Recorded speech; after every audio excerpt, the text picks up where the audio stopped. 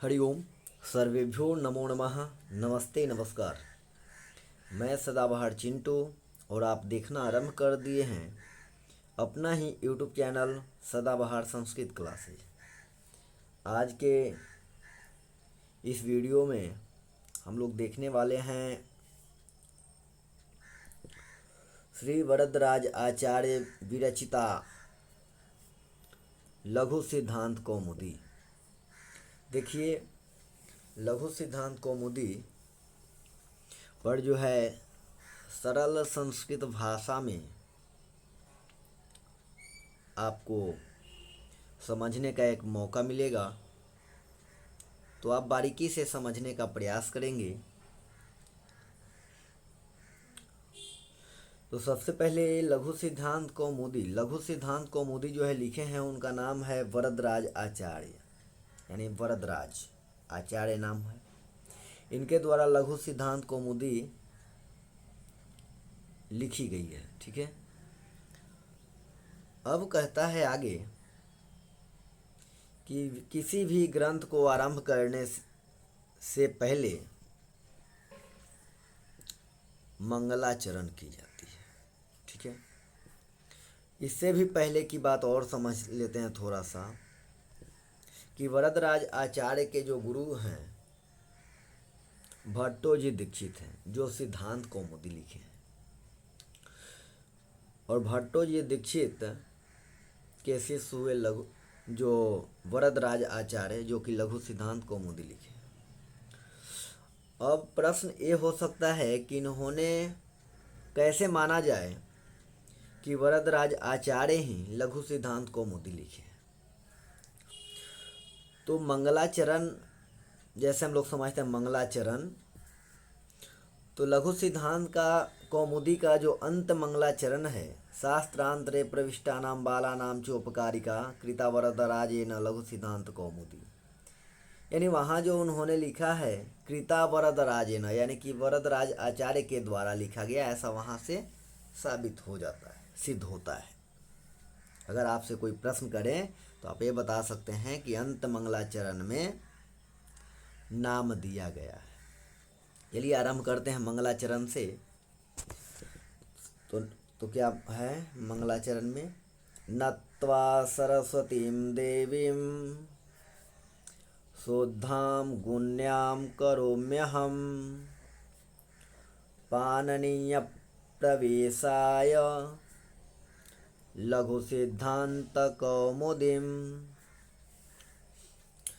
अभ्युच्चारण कीजिए। नत्वा सरस्वतीं देवीं शुद्धां गुण्यां करोम्यहं पाणिनीय प्रवेशाय।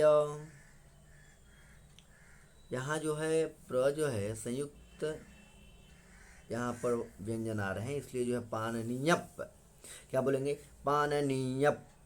पाणिनीय प्रवेशाय लघु सिद्धांत कौमुदीम।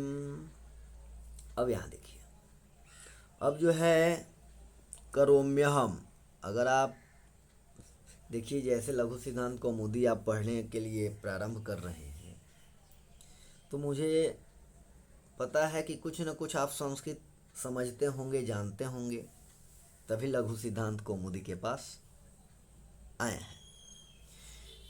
तो कुछ संधि आती होगी, शब्दरूप आते होंगे, कुछ धातु जानते होंगे, क्रियापद जानते होंगे। चलिए, तो यहाँ है करोमी जोड़ अहम, ध्यान दीजिएगा, करोमी जोड़ अहम है तब बना है करोम्यहम।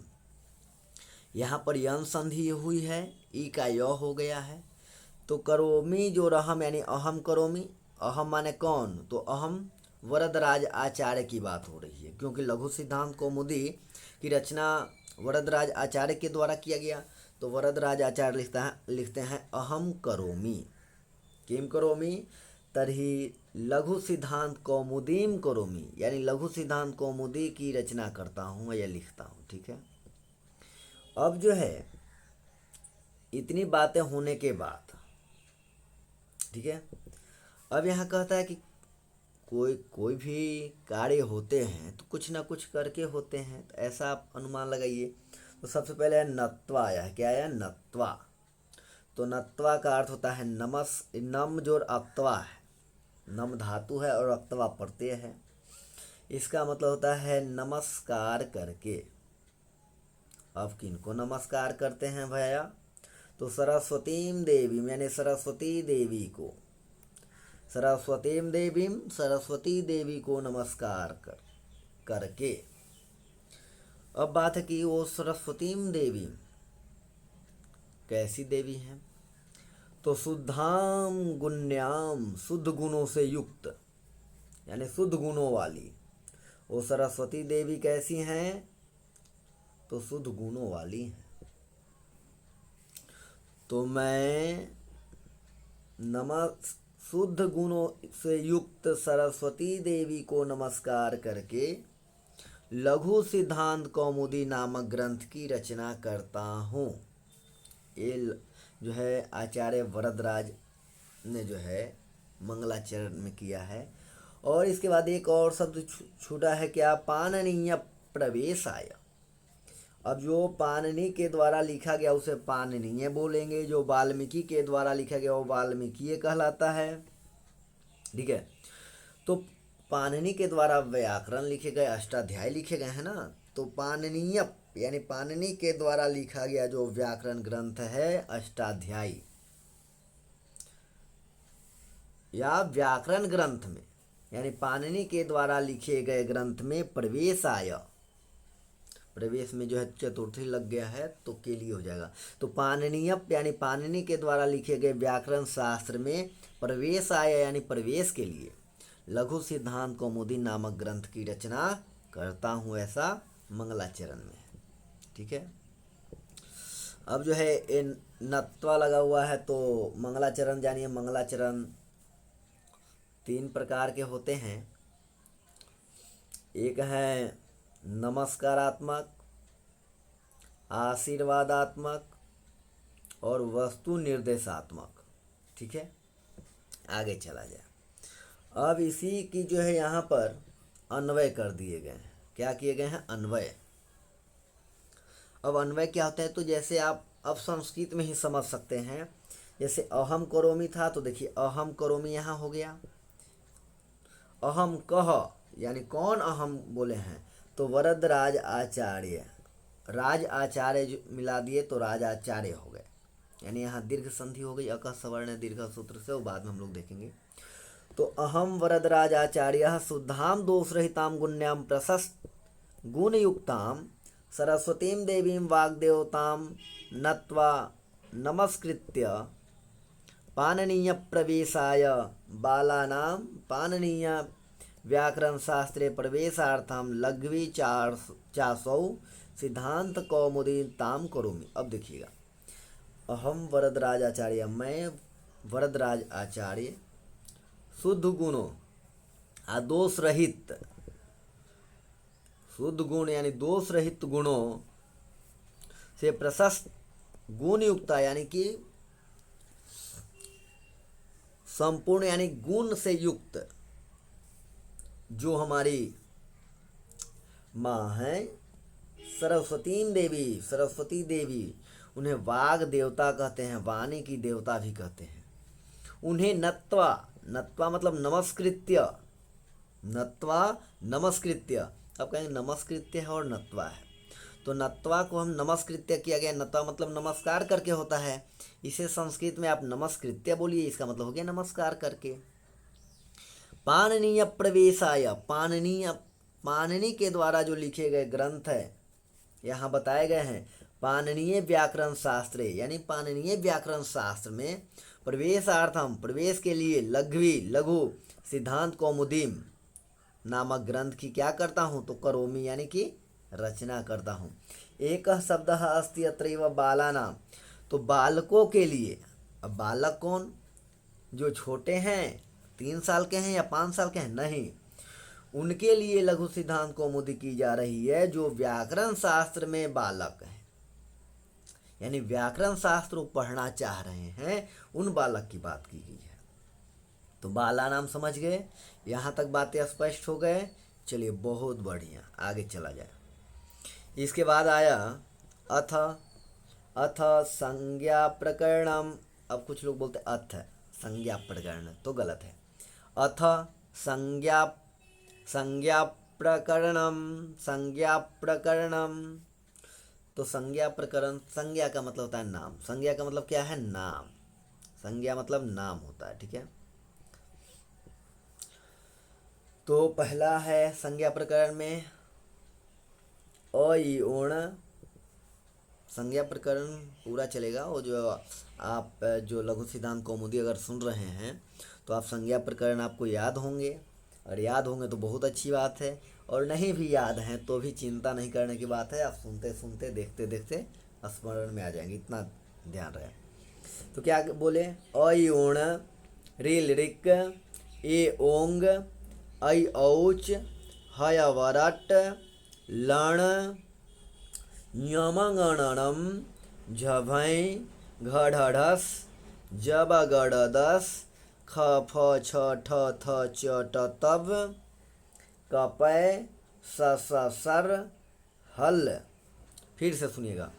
अ इ उण रील रिक ए ओंग ऐ औच हयवरट लण ञमगणनम झभै घढढस जबगडदस ख फ छ ठ थ च ट तब कपय स स सर हल। इति माहेश्वराणि सूत्राण्यनादिसंज्ञार्थानि येषामन्त्या इतः हकारादिस्वकार उच्चारणार्थः लण्मध्ये त्वित्संज्ञकः। अब सुनिएगा, कहा इति यानी ये सब यानी केसाम ऐसा। अब कहता है ये सब जो ऊपर में हमने देखा, माहेश्वराणी माहेश्वर से आए हुए यानी माहेश्वर, सूत्राणी यानी ये सब ऊपर में जो हमने देखा, अयुण से लेकर हल तक, ये सभी माहेश्वर सूत्र। अण आदि, तो अ इ उ में क्या हो गया? अण हो गया। आदि का मतलब क्या हो गया? 14। तो माहेश्वर सूत्र हैं कितने? तो 14। माहेश्वर सूत्र को शिव सूत्र भी कहा जाता है, पाणिनीय सूत्र भी कहा जाता है। तो कहा कि ये सब माहेश्वर सूत्र अण आदि जो हैं संज्ञार्थाणी, संज्ञार्थाणी यानी संज्ञा के लिए है। ये सभी माहेश्वर सूत्र अण आदि जो सूत्र हुए ये सब संज्ञा के लिए है। संज्ञा यानी क्या जाने हैं? नामकरण। येषाम अन्त्या इतः, येषाम केषाम तर्हि चतुर्दश सूत्राणाम, येषाम केषाम तर्हि चतुर्दश सूत्राणाम, यानी येषाम यानी ये सब का, किसका? तो ये 14 जो माहेश्वर सूत्र हैं ये सब का अंत्या, अंत्या यानी अंतिम, यानी ये 14 माहेश्वर सूत्र के अंत्य ये 14 सूत्रों के अंतिम वर्ण इतः यानी इत है, इत संज्ञक हैं। जैसे अयुण में णकार देख रहे हैं, रील ऋक में ककार देख रहे हैं, ए ओंग में अंकार देख रहे हैं, ऐ औच में चकार देख रहे हैं, हयवरट में टकार देख रहे हैं, लण में नकार देख रहे हैं, ये सभी क्या है? इत संज्ञक हैं। अब इत संज्ञक क्या होता है?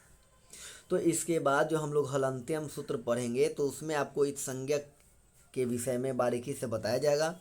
ये जानिए कि ये सब इत संज्ञक होते हैं, यानी ये सब वर्णों की गिनती नहीं होती है। जो इत संज्ञक होता है उसकी गिनती नहीं होती है, वो केवल नामकरण के लिए आया है, ठीक है। अब कहता है हकारादिषु, हकारादिषु अकार उच्चारणार्थ। अब हकारादिषु क्या है? तो हकार जोड़ आदिषु है। तो आदि का मतलब क्या? जैसे जितने व्यंजन वर्ण हैं, जैसे ह य व र य म, ये सभी वर्ण क्या हैं? तो हल वर्ण है। तो हकार आदि का मतलब क्या? तो हकार मतलब ह हो गया, यकार मतलब य होगा, वकार मतलब व होगा, रकार मतलब र होगा, ठीक है। ककार मतलब क होगा, पकार मतलब प होगा, सकार मतलब स होगा, हकार मतलब ह हुआ, ऐसे। तो ये सभी अर्थात जितने व्यंजन वर्ण हैं व्यंजन वर्णों में हल वर्णों के जो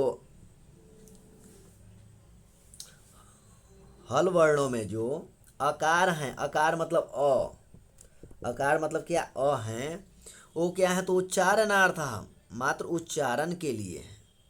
मात्र किस लिए हैं, उच्चारण के लिए हैं। यहाँ झ में आपको पता चल रहा है कि झ में है, वो किस लिए है, तो उच्चारण मात्र के लिए है। यहाँ घ में जो है वो मात्र उच्चारण के लिए है। ज में है वो क्या है, मात्र उच्चारण के लिए है। ठीक है। और बोला लण मध्य तु इत संज्ञ कहता है लण के जो मध्य में है, ल अ ण, तो लण के जो मध्य में जो है वह क्या है, इत संज्ञक होते हैं, यानी इत संज्ञा के लिए है। अब ये कैसे है, क्यों है, इस विषय पर जैसे हमें वो सूत्र आएगा, मिलेगा, तो हम लोग चर्चा करेंगे। तो इसके बाद हम लोग चलेंगे, तो अगला सूत्र आ रहा है हलंत्यम। तो यहाँ तक बताइए कि यहाँ तक समझने में कोई कठिनाइयाँ तो नहीं हुई। फिर अगले वीडियो में हम लोग देखेंगे इसके विषय में। ये आपका जो है तरीके से, क्रमबद्ध तरीके से आपको प्ले स्टोर में मिलेगा। ये प्ले स्टोर बोल रहे हैं, क्षम्यताम, ये आपको जो है प्ले लिस्ट में आपको मिल जाएगा। प्ले लिस्ट में जाएंगे तो वहाँ क्रमशः आपको मिलेंगे। ठीक है। तो आपको ये करना है कि एक बार में अगर वो बातें समझ में नहीं आए तो दूसरी बार देखना है, तीसरी बार देखना है। आप जितनी बार देखें समझ में आनी चाहिए। अगर समझ में आ जाए तो भी अच्छा, नहीं आए तो फिर से एक बार प्रयास करना। और कहाँ नहीं आ रही है, कहाँ की बातें, कौन सी बातें आप समझ नहीं पा रहे हैं, उस बात को आप कमेंट के माध्यम से बताने का प्रयास करेंगे। उसे मैं आपको अगले वीडियो के माध्यम से या उसमें रिकमेंट के माध्यम से मैं बताने का प्रयास करूँगा। फिर मिलते हैं अगले प्रकरण में। तब तक के लिए नमः संस्कृताय। जय तु संस्कृतम, जय तु भारतम।